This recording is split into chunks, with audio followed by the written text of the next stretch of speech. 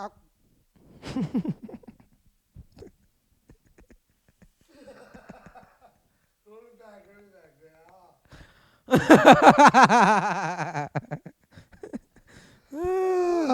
okay, no, dog. Sorry, you can start over. Okay.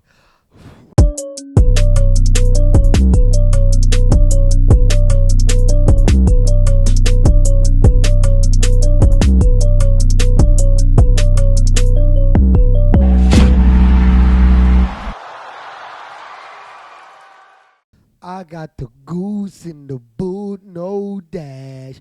Quarter tank, 2 a.m. Pal. Big body bands, no gas. Swag. So So if when the the party ends, I'ma I'ma call a few cash. I got a pistol on my divas in my hand. Catch me on the highway, rolling with my gang. Coolie tryna pop your collar, pussy twala, man. Thank God it's a Sunday. Here we go again. Yo, welcome back. Episode 22.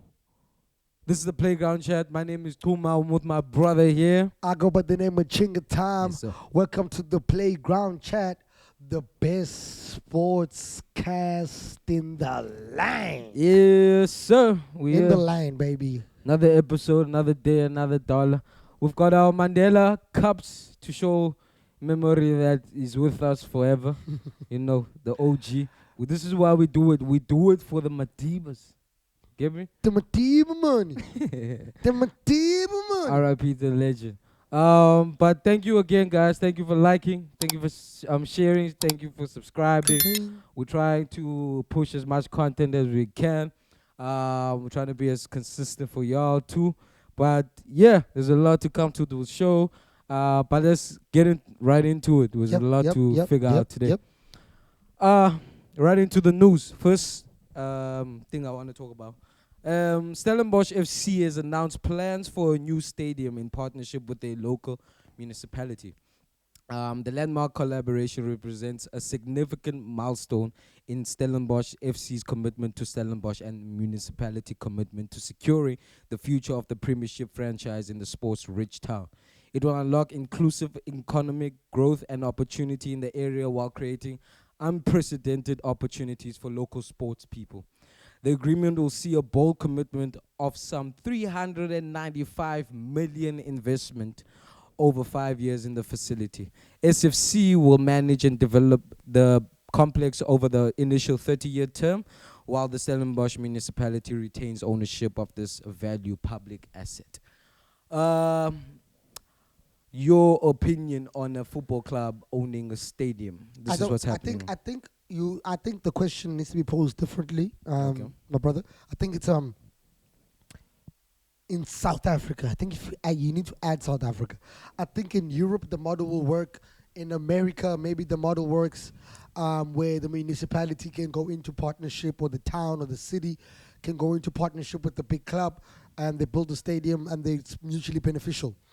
But in our landscape of South African football, we're going to start open a can of worms where we've just spoken about the Royal AM saga situation and what happened with the ownership situation with Royal AM.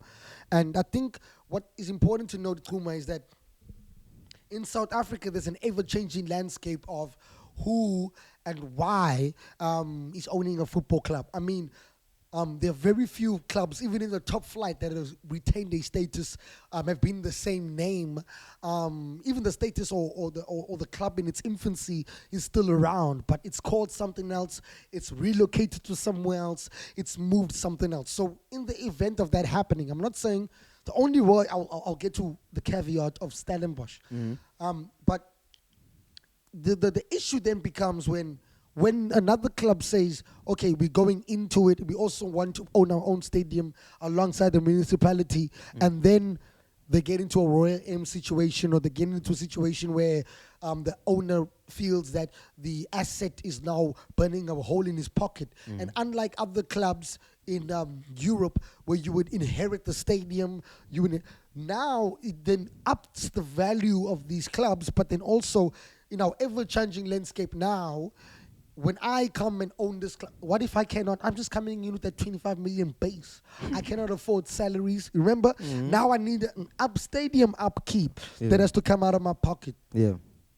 What if my team now is from the KZN and I buy a team from Cape Town? I'm moving the franchise from what happens to that stadium?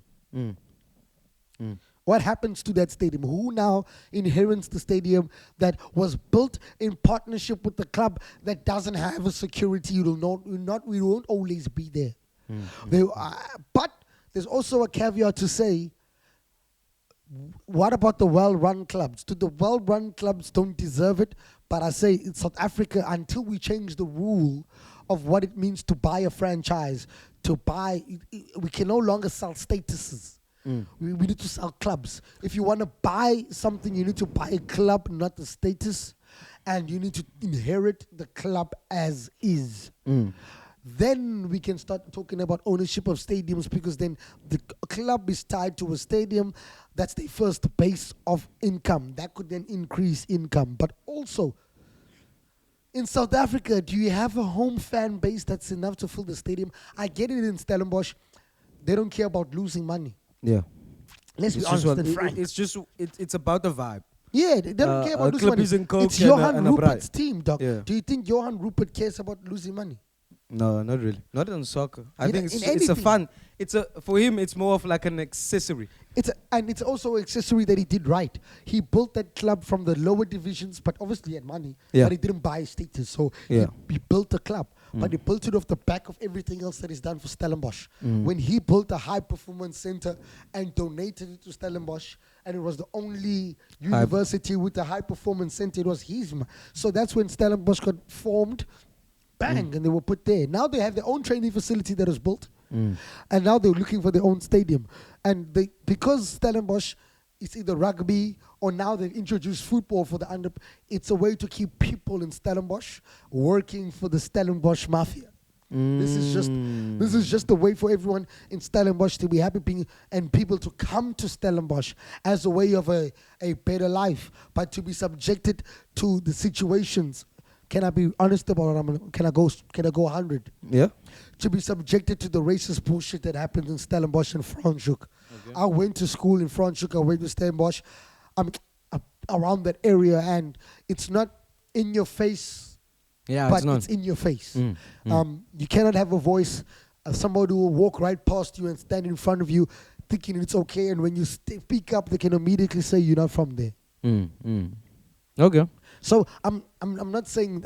Look, I'm gonna go. I'm gonna go off topic right now to try and equate this to a continuing of, like I said, African mentality, because it's not just in sports. I have to talk about this because this is something that is affecting South Africans, like young generations.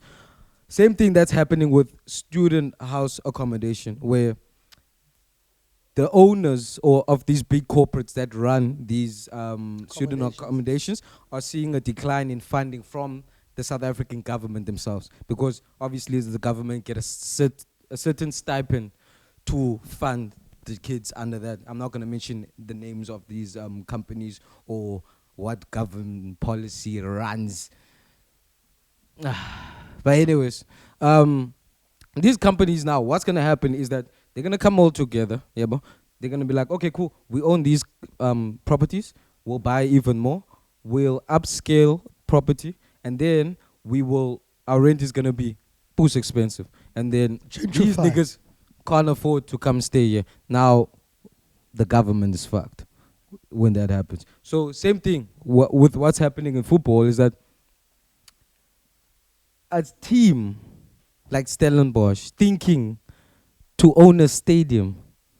Exactly. That's wild. You're not even. How long has Stellenbosch been in the PSL? So they've jumped the gun because of the money, and let's think about it like disrespectful. It's not. I feel like I get what they're trying to do. but that's the whole point about it is that I get it. You know, I think, I think when I look at things, sometimes I look at it in my Chinga time way. Then Luthando says, practically these motherfuckers are trying to fuck us. Yeah, basically. You know what I mean? But in terms of me as a football coach and wanting the best for South African football, anything good in South African football is good, and that's good for it. And I'm all for it. And I'm all for security for South African footballers. Going to Stellenbosch is job security. And I'm all for that. A certain demographic. For a footballer. For a certain demographic. We have a footballer from our township. No. Football's fine. They'll be like, oh, wait, nah. He's good. Let's because get you're him. going to represent the club. Yes. You're basically their mascot. It's just like... It's like those cities in America, the middle of nowhere, deep Texas, that has only black people who come and play football. Exactly. So, you know what I mean? Yeah. But yeah, Stellenbosch, we do not understand the theory of you trying to own a stadium. Very weird. There's clubs, Orlando Pirates, Kaizer Chiefs, all these clubs have been running for years. And you coming just last minute. And also, I think it's important to educate the viewers to know that Orlando Stadium is not owned by Orlando Pirates. I think it's important to note that because they might say, well, but what about Pirates? You never talk bad about your team. No. And this is a bad thing. I think if you've been in existence for more than 70 years, okay, let's say 50 years. Okay, 40 years. Let's say 40 years. If you've been in existence for more than 40 years, then you can have a stadium. But even teams that have existed for 40 years have been defunct in South Africa. Morocco Swallows, Bloemfontein Celtic. So what is it? What? Imagine. Speaking about club ownership and stadium ownership, did you see Mamkhize came out doing the Pirates sign in the Pirates match? I didn't see her. What happened? Word. She came out in the stadium and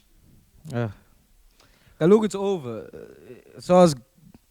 They tapped into a bank account. They hacked everything. Yeah, by the way, Royal AM has been they've been banned. They've been excused from the PSL. Excused? Yeah, like kicked out. Oh, yeah. So there's no more Royal AM, so all of those points are soft points for all the teams. Good riddance. Yeah. Fuck off. Do they go to a lower league or they just out of the... I think they must just get fuck off. There's no reason for them to be. They the definition of what I'm saying. The reason why we can't have stadiums is for this type of these shit. reasons. So yeah, let's go. Rhulani's future at Wydad hinges on Club World Cup. Mokwena had already been facing questions about his future after Wydad's surprise elimination in the Throne Cup last weekend.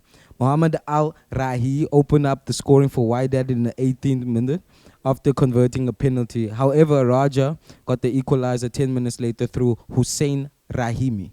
The point will be seen as a disappointment after Wydad missed the chance to climb to second spot, now remaining third, 1 point behind ASFAR Rabbit, who can extend the lead on Sunday, which is today. To make matters worse, Wydad have not beaten Raja in their last 5 attempts across all competitions.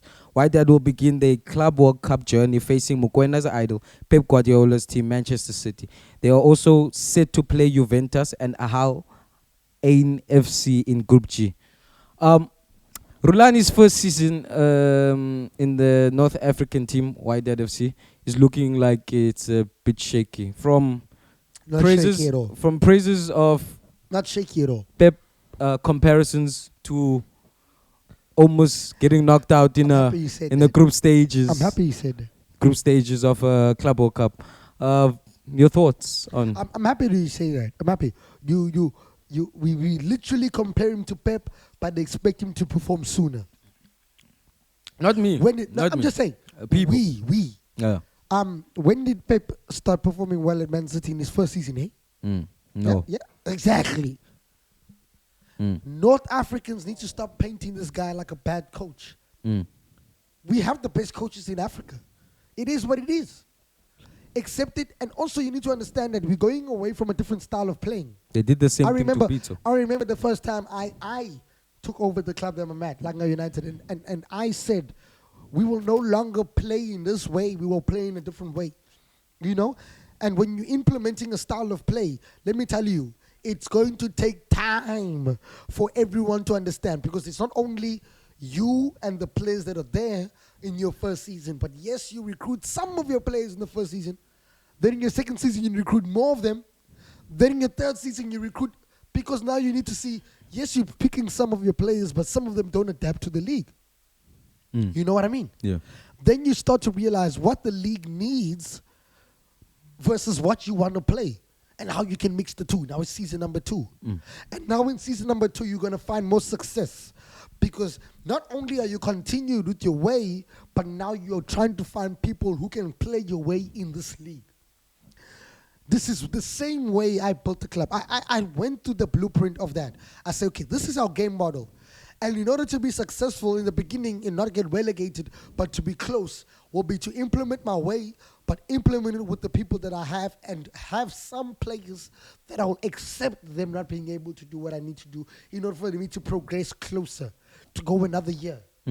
And then when they see progress, they give you another year in a normal club. And then in that second, you say, okay, I've progressed from this point to this point. In order for me to get from this point to that point, I need here, in order to secure. Then you get what I mean? You build. Pep had the same way. Okay. Pep finished second in his first season. Conte won the league. Now, Conte came to a team like Chelsea. People say, but Chelsea doesn't have a way of playing. Chelsea just comes in.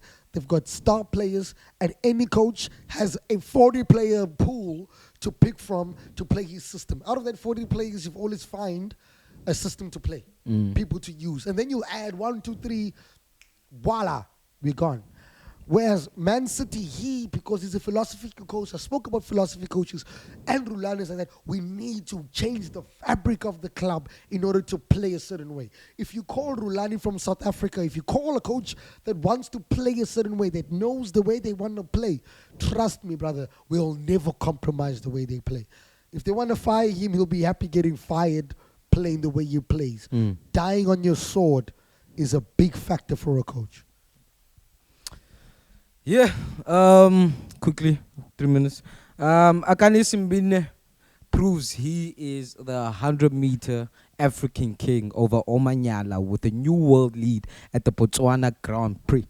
The World Athletics Continental Tour Gold event at the National Stadium in Garabone saw South Africa's Olympic relay silver medalist Simbine square off with his greatest Kenyan rival, Ferdinand Omanyala. The latter has won most of their duels over the years and also holds the African record of 9.77 seconds, with Simbine essays marked with at 9.82. Omanyala was the quickest out of the blocks on Saturday and maintained an edge with his 60 meters so far. But then Simbine, who claimed his first ever individual global medal with a 60-meter bronze at the recent World Indoor Championships in China, put his foot down and gradually made his way past Omanyala.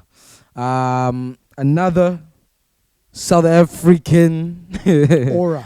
Leceister delivers in front of his home crowd after losing in his last race ahead of this event. The national stadium erupted as the Bucho crossed the finish line, arms outstretched, soaking in red of 1,000 home fans in the World Athletics Continental Tour Gold meeting, clocking 20.23 seconds in his 200 meter. Damn. His first race over the distance. It's his first race in 200. Yeah. Tebucho delivered a masterclass. What does he run? He runs His 200 first and race 400. over the distance this season. Oh. Yeah. I'm like, he's a 200 specialist. Yeah. This season. So shout out Akani. I've been watching the podcast, the Justin Gatlin podcast. Justin Gatlin is a sprinter. He had Usain Bolt on, and they never speak about the African sprinters. And I think it's a bit disrespectful because, yeah, man, we're gonna come. We're not gonna come from the record. I'm not saying Bolt, but let's move on. Some shocking results. Fuck that. Let's move on. What the fuck is going on with this name? Some shocking results. I know you're not gonna like this one. I'm gonna start with your favorite. Oh, I think I know where this is going. Here we go. Okay. Congratulations. There's nothing we can do about it. Arsenal beats Real Madrid 3-0 at Wembley. Is it my turn to talk yet? Okay, I told him. No, go for it. Halala Madrid. Halal Madrid. We were together that day, right? Al Hilal Madrid. We were together that night. Yeah. Yes, we were. Al Hilal Madrid. We were. It's one not of the most Hala beautiful- anymore. It's beautiful when we were together to watch games and then to see our contrasting opinions of the games. Sometimes. Nah, we didn't watch the game together. We put Nah. I Rice. Nah. The free kicks? You didn't watch it with me. Okay, I watched it with Rhulando and Yeah. Unan. Not me. Okay. Yeah. What game? What day was I with you? Now we're watching Barca. The It was 4-0. Wednesday. Hmm. It's the next day. The 4-0. When Dortmund lost 4-0. Yeah. It was the next day. It was Wednesday. Yeah. Okay, but anyway, guys, I don't wanna lie. I thought I had this thought earlier before we shot, and I thought I wouldn't do it publicly, but here we go. For the first time in Playground Chat history, and probably, hopefully, for the life of me, it's the fucking last time. Did I not make I didn't make an outlandish bet, right? No, I didn't say I'm gonna come naked or anything like that, and Nah, and you said if they want something. So now it's just okay. they if haven't they won want some- anything. if they want It's just a something, I game. said, what's gonna happen? Won the league. You were If they gonna won the league. Yeah. I'm saved. Because judging it now, looking at the history of the Champions League, the team that beats Real Madrid wins the Champions League. And I'm so afraid Nah, boss is there, bro. Relax. Barca will not beat Arsenal. Listen. Yambona. Listen. I've realized something. Nigga, talk about the Madrid game. Yeah. The Spanish league is trash. The Spanish league is shite, mate. It's shite, mate. You're getting thumped by Arsenal, and you, the guys who are shite, mate. Shite. The Spanish league is a fraud, mate. It's fraud, mate. It's fraudulent. It's Talk about Madrid's it's the PSL performance. in disguise. Talk about the Madrid performance. Madrid was terrible. They showed. Look, I'm not taking anything away from Arsenal, but I did say this before. I did say this to you. I say to you, Brighton will beat Atletico. Aston Villa will be second in La Liga. The level is not the same. There's no way Courtois made 4 or 5 saves and you still lost 3-0. It wasn't like competition. You deserve to lose. You were poor. No, I don't think. If you really watch the game, no. They only No. had a few chances in the beginning, my dog. But they still took them lightly. So Let's find the for matrix. Madrid, I feel you guys thought this was gonna be a walk in the park. You went to go play Arsenal. Arsenal are trash. You guys are gonna beat them. So every time Mbappe, Vinny, Rodrigo, every time they missed an opportunity when they went up front, it was like a joke. So unfortunately, Arsenal after that just dominated the whole game. Like Arsenal could have had 5-6 goals in that game. That's how dominant they were. And there's rumors that Perez is gonna create an atmosphere of like a comeback for the Real Madrid fans. Basically, it means he's gonna pay all of the officials a stipend to do some crazy shit. This game you're about to witness next week is gonna be the craziest robbery of all time. Nah, I won't get robbed. I think Arsenal will win 2-0 again because now we sit back and we hit them on the counter, and there's nothing they can do. Let me give it to you in numbers. In the first 30 minutes, Arsenal had 69% possession. So regardless of the chances that Madrid had, in terms of availability, movement, and the where the game was, Arsenal was dominating this game. Let's continue in the stats. Let's continue. Arsenal had 5 shots. Declan Rice, had 5 shots and 2 goals. This is just one player. Are you following me? Yes. Real Madrid had 5 shots. So, in terms of just numbers, my dog, if one team has as much shot as one player who's a deep lying midfield player, I watched the game and I was in disbelief. Real Madrid, if they won, they would have been lucky with the skin of the teeth. I think even if they scored, Arsenal would have scored. I don't see how Real Madrid come back. I don't see. Unless, yes, like you say, there's a robbery. But 3-0. I remember Barcelona coming back once upon a time. But I also remember Liverpool doing the same. But it was a different era in the game. And I think Arsenal are in the final form. I think teams that don't do well sometimes in the league and have only the Champions League to fight for tend to be the best. Chelsea's always the one to look at in terms of that. Yeah. I think, honest to God, dog, there's no way for Real Madrid. Inter. Next, shocking results. Brighton went to go play Leicester. That game ended as a draw, 2-2. Van Nistelrooy draws with Fabian Hurstler. It's not a surprise for me. It's a surprise for Fabian Hurstler. It's not. They've lost 2. Now they've drawn 1. I think it's a positive. They've now got a point after losing 3 games in a row. But it's Leicester. That's the crazy part. It's a point. I think even after I listened to his interview, and he spoke about how to recover, how to get out of a bad slump, and he said any positive that is better than what they've been getting without a reward. They've been playing well without a reward. And now the positive of getting a point is a positive. And I think even he was honest enough to be in that vulnerable place with us. And I think he's right. If I lose 3 in a row and I get a point, it's a positive. Yes, it's Leicester, but I'm not in risk of relegation. I'm in a bad slump. It's a positive for me. Now I've got a point, and I've scored 2 goals. If you're not chasing for top 4, then you're not chasing anything. Talking about teams that we said were chasing top 4, Nottingham loses to Everton 1-0. Finally.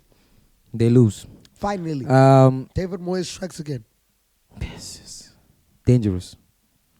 And then at the deadlock, bro. 90 minutes added. In the 8th minute. Nah, that was heartbreaking. What do you mean? It was joyful. That was good. Wow, I've never seen such a beautiful goal this season.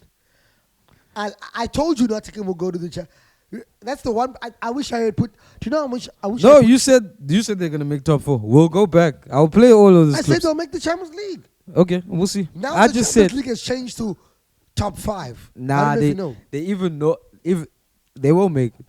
Second Newcastle, bro. They're gonna make it. There's Newcastle, there's City, there's Chelsea. They've already made it. They've made it. Let's see. Continue, bro. Yeah, I think I'm for Chelsea to get closer to them. The closer you get to Nottingham, because we're not competing with Arsenal and Man City, we're competing with Nottingham. Just to show you, we sold Odoi to people. Anyway, Chelsea, shite, mate. But Chelsea play Ipswich tonight. Today, let's see if we can close the gap and go 4th behind Nottingham. But if we draw or lose, it's shy.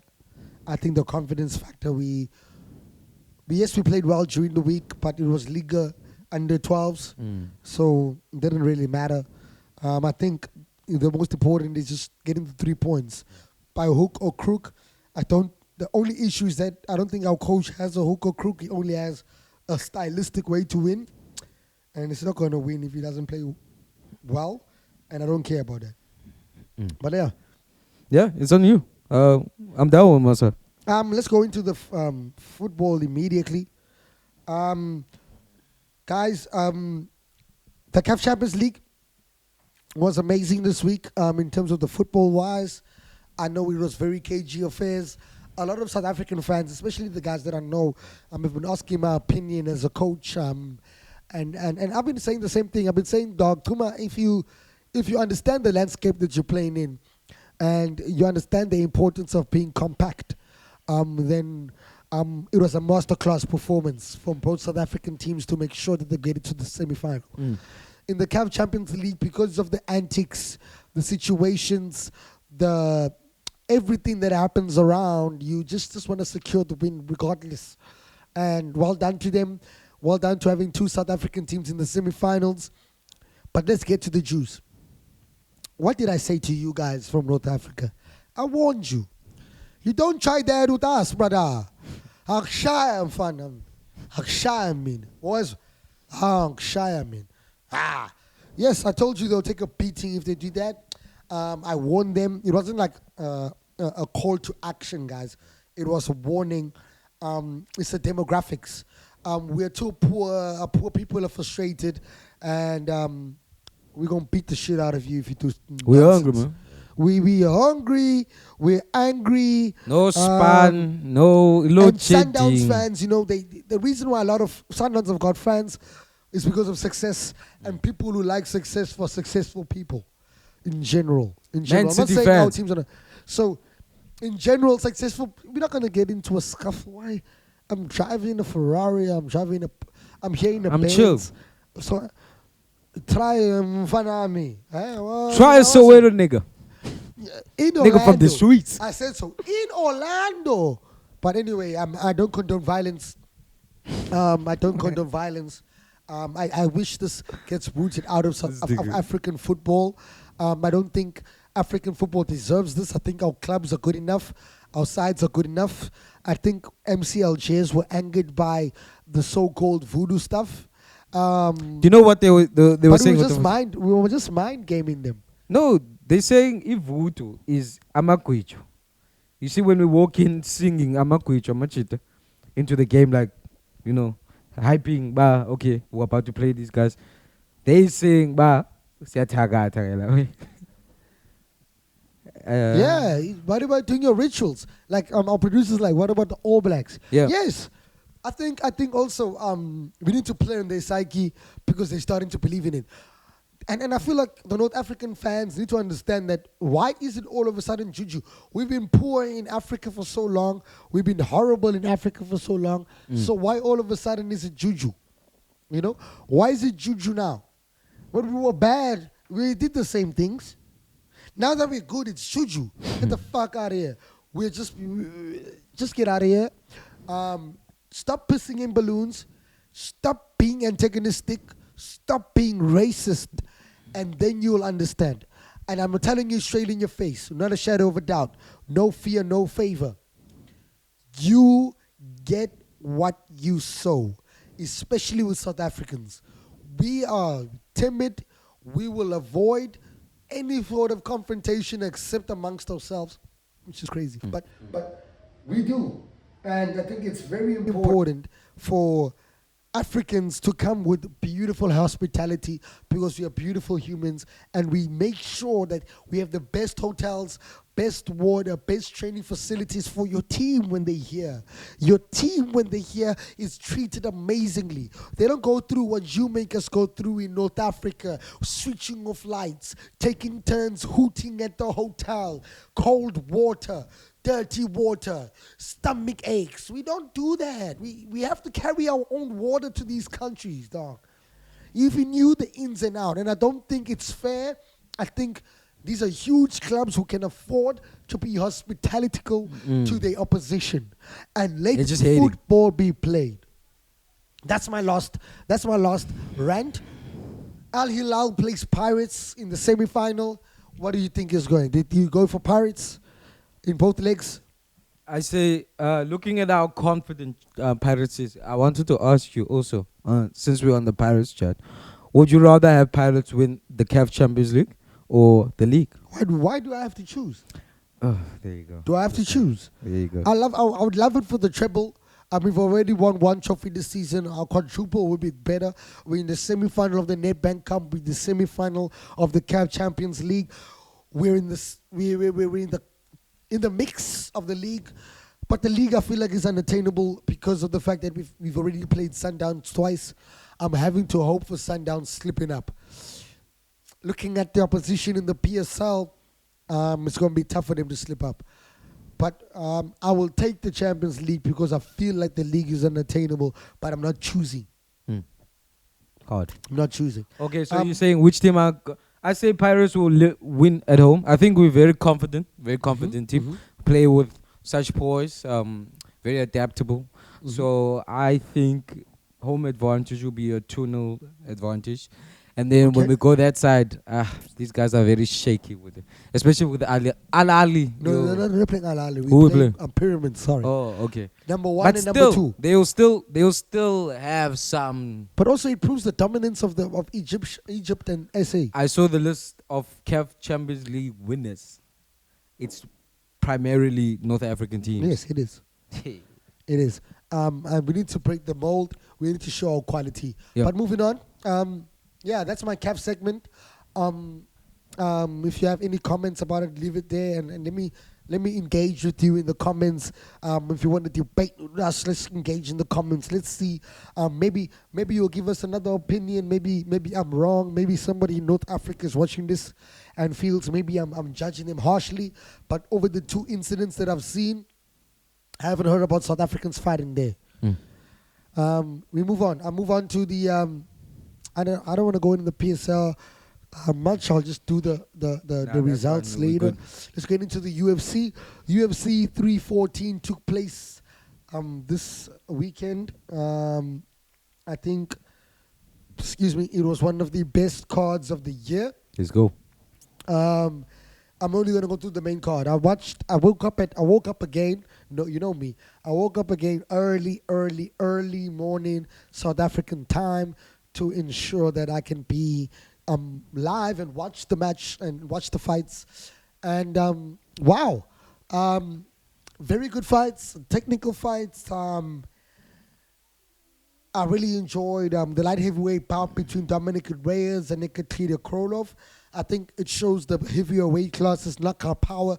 Dominic Reyes hitting Krylov with a step back hook, like moving backwards, and bam, and dropped him and finished him. I don't think in the lower weight classes we'd find a finish like that. Amazing finish. After 3 losses in a row, he's now won twice in a row. Dominic Reyes looking good, back in title contention at light heavyweight. But light heavyweight isn't a stacked division. He can get up quickly. I think the next fight to make for him would be to fight Carlos Ulberg. And Ulberg put Blachowicz. I know Blachowicz was higher ranked. Just for Ulberg to just keep busy while he waits for the winner of the Piratea Ankalaev 2. Bryce Mitchell and Jean Silva had so much animosity towards each other. Bryce Mitchell going as far as calling Jean Silva the devil. Bryce Mitchell is a very religious Arkansas man. So regardless of that, Jean Silva still went out there and put on a show and finished Bryce Mitchell with what we call a ninja choke, a very rare submission in MMA. And he did say all week that he will finish Bryce Mitchell in his strongest suit. Bryce Mitchell is one of the best grapplers in the featherweight division. Got finished by one of the best strikers in the featherweight division by submission, just to prove how well-rounded he is. Jean Silva's a problem. If you're a betting man, any fucking card with any of these guys from the fighting nerds, they wear the glasses and put money on them. As a camp, they're about 39-1. As a camp, not one fighter. As all 4 of those fighters in the UFC, togetherness, they've lost once. Put money on them.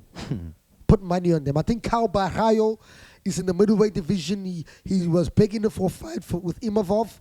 Imavov is the guy who fought Adesanya and knocked him out. Imavov declined the fight. It shows the level of these guys. They're not here to play. Yair Rodriguez beat Patricia Pitbull. Patricia Pitbull is a former champion in Bellator, which is another promotion. Is coming to the UFC and loses against a contender, proving that the UFC is the pinnacle of the sport. Proving that the UFC is the pinnacle of the sport. Because another Bellator guy lost in the co-main event to a UFC prospect, Paddy Pimblett, where I honestly put my own money on Michael Chandler to shut up this guy, this scouser from Liverpool, and he fucking lost terribly. They didn't even beat him. They beat him down. Down. Paddy Pimblett gave Michael Chandler a masterclass. Michael Chandler in the beginning rounds, yeah, he had a little bit of success, but all of the telling shots, all of the telling blows, everything that was telling was coming from the baddie, and the baddie's a serious problem. I think the next fight to make is Paddy versus Ilya. They have beef, and Ilya has moved up to featherweight. I need somebody to knock this fanny pack out. Let's move on. I need someone to watch this fanny pack out. The main event, Diego Lopez fought well against Alexander Volkanovski. Volkanovski was quicker. He landed more, but I believe he landed the most significant strikes. Yeah, he deserved the win. Volkanovski becomes the oldest UFC champion in the lightest divisions. He deserves it. Well done, Volk. Great card, UFC. Let's see what's Well next. done on your daughter, though. Fourth daughter. Damn. He's a dad. He needs to stop closing his eyes. Let's go quickly. I know we've got segments that we have to squeeze them in because we promised ourselves we would. Let's go to the reaction of the week. Time, bro. Our player of the week. Let's keep to our schedule, bro. We're gonna do the player of the week. Player of the week. We've got Anthony Edwards. Exploded for 44 points on a hyper-efficient 13 of 19 shooting, including a scorching 7 of 11 from deep. He also went on at free throw line, hitting 11 of his 13 attempts. Edwards also chipped in across the board with 5 rebounds, 3 assists, a steal, and a block. Even though he committed 5 turnovers, it didn't take away from the sheer impact he had every minute he was on the floor. Certainly, he looked like a player full of control in this game, which is evident in the 15-point plus minus game. Let's go. Let's just watch quickly the player of the week. Is it right? Yeah, just play.